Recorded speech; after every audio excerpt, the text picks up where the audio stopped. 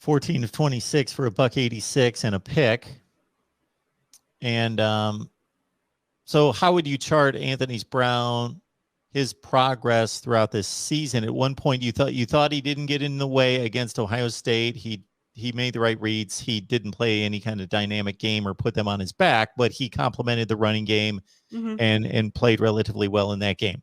They had a close call against Fresno State.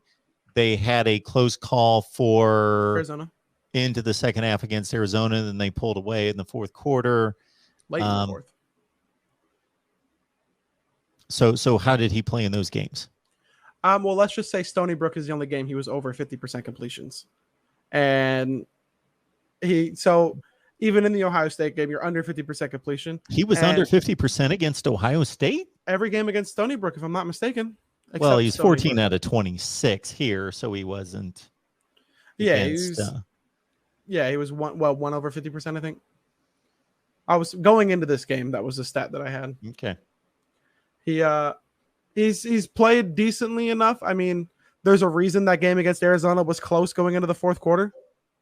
And I mean, especially against that Arizona team lost in Northern Arizona. There is no way our starters should have been playing at the start of the fourth quarter, and they were. And when we played that Stony Brook game, we pulled away more. We were scoring more, moving the ball better when Anthony Brown seemingly got hurt. No, nobody's going to wish injury on anybody. Obviously, we don't want the kid to get hurt. But the offense performed better when he wasn't on the field. That's all I have to say. The offense has performed better every time he's not been on the field. So here's the good and bad statistically. And I only saw the Ohio State game.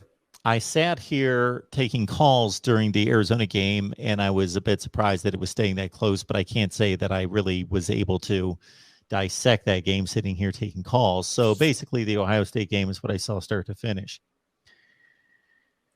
That was his first for as bad an interception as what you sent me against Stanford, which if you haven't seen it, folks, check it out. It is about as horrible an interception as you could possibly find. It was his first pick of the year. Mm-hmm. Because, I mean, look at how many opportunities he's had to throw the ball. He's throwing it 20 times, 25 times at most. And most of those are going to be a 3-yard slant route to Jalen Red or a 3-yard bubble route to the tight end, or you're going to miss matches against Stony Brook. And against Ohio State, obviously, we were attacking the linebackers. The linebackers were a little slower, and we have smaller wide receivers who could run really fast. So they're obviously going to have a step, easy, short throws. That was also on an easy short throw. And I know you probably didn't watch this game against Stanford because nobody expected to be as close as it was. But against Stanford, we gave him a chance to throw some deep balls. We had Devin Williams open, overthrown. His longest throw was 66 yards. But the throw in the air was 3 yards. So despite what, it says, ESPN's a little box score, it's going to say long 66. But then you go look at the game and you look at the pass, it's like, well, I mean, sure. Yeah, that's the backer wide receiver doing all the work. Yes. So he's definitely, this game was by far his worst. But the issue was, and there are even people who used to play for Oregon who defend him and used to play for Oregon who were saying he was trying to play hero ball, which is what it looked like. Whenever it was an option and he had the option to either keep it or give it to somebody else, he was keeping it and trying to make his play, trying to make that big play. And it's Stanford. We should have just bullied them the entire game. It's one of the first times we could say this. We're bigger than Stanford. We're stronger than Stanford, and we're more physical than Stanford. Why didn't we just run the ball down the middle?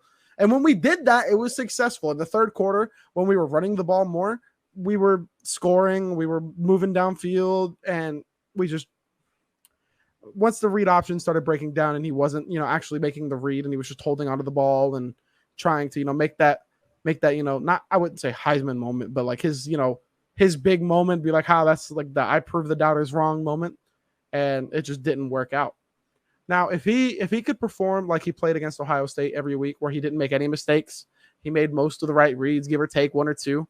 And honestly, we can't give him the opportunity to try and throw deep because we didn't really try and throw many deep balls against Ohio State. And it didn't cost us plays. I mean, when we tried to throw deep balls against Stanford, yes, it wasn't a pick, but it cost us a play. It cost us a chance to get that first down. You got 3 chances to get a first down, sometimes 4. And if one of them's an incompletion deep, you're making it harder on your team, especially with how withered away due to injury. We've been bit by the injury bug bad this year, and it's just you're making it harder on the team.